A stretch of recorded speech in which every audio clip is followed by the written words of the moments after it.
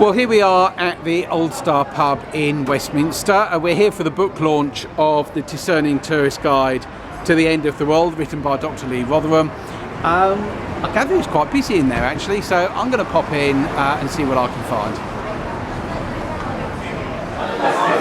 Right, ladies and gentlemen, if I could have a bit of attention, please. First of all, thank you everyone for coming. For those who don't know me, my name is Rupert Matthews. I'm editorial director at Brett Wilder Books. We're here to launch the Discerning Tourist Guide to the End of the World by Dr Lee Rotherham. And without any more ado, without any further messing about, well, I know it's to Lee. Thank you. Thank you so much. Thank you so much for coming. This is almost certainly going to be the last of my history books.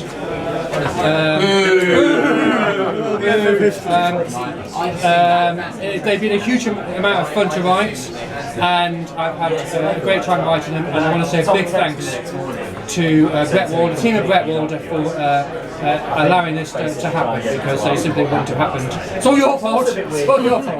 So blame those guys.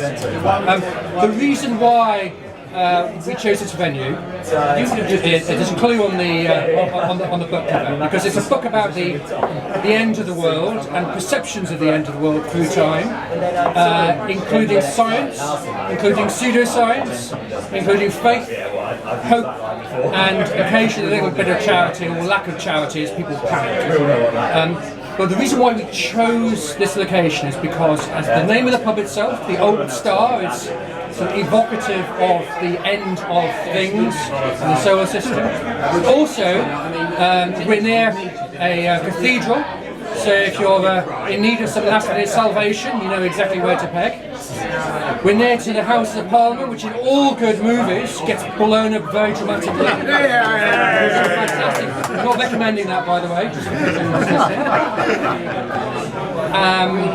And also we're near a 17th century plague pit. So with all these things, we're kind of like in an epicentre of war and disaster, which is appropriate for Westminster. So I just want to sort of leave you with two thoughts, really. I've got my little friend here, Terry.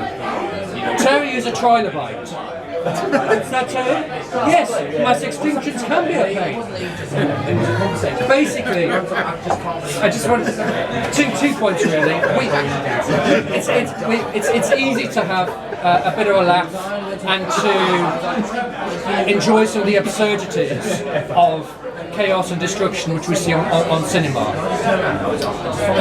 But there's a real risk in some cases that these things can and do happen. And I know we got Lember Topic to write the foreword, excellent foreword, star writer. And we know him in parliamentary terms from his work on warning us of the likelihood of being whacked by gigantic rocks from space, which is a genuine threat, but it's a small thing. Which takes me to the second point, which is about moderation and planning.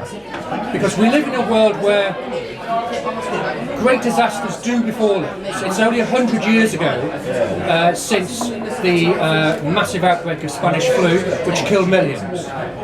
It's only 100 years ago since 100,000 people or so were wiped out in a massive tidal wave that swept across that hit southern Sicily and southern Italy. We forget our place in the cosmos at our own risk. And while we are occasionally throwing billions of pounds to mitigate certain threats which may or may not be overrated, over-analysed, and over the focus of our world's resources, we should also think more, perhaps, about those black swans which we are increasingly hearing cutting-edge researchers and thinkers spending time on. So enjoy the book, thank you for coming, enjoy the beer, live while you can, and get on down here. Thank you. Thank you very much, Lee. Very kind of you. Well, on that cheerful note, I will mention you've probably got enough time to buy a copy of the book and to read it, which is a bonus. It retails at £13 at all good bookshops, of course. But tonight, because you've made the effort to come here and fight your way past the plague pit and various disasters, you can have it for only a tenner. What a bargain, and signed by Lee as well. Thank you very much. Why did you buy a copy of the book? Well, because I never thought it was somewhere that I was going to go, but it looked like such an amusing and fascinating book that even though I still don't want to go to the end of the world, I'd like to at least be equipped for those dinner parties, so that if I'm ever speaking to somebody who does, then I'll know what to say.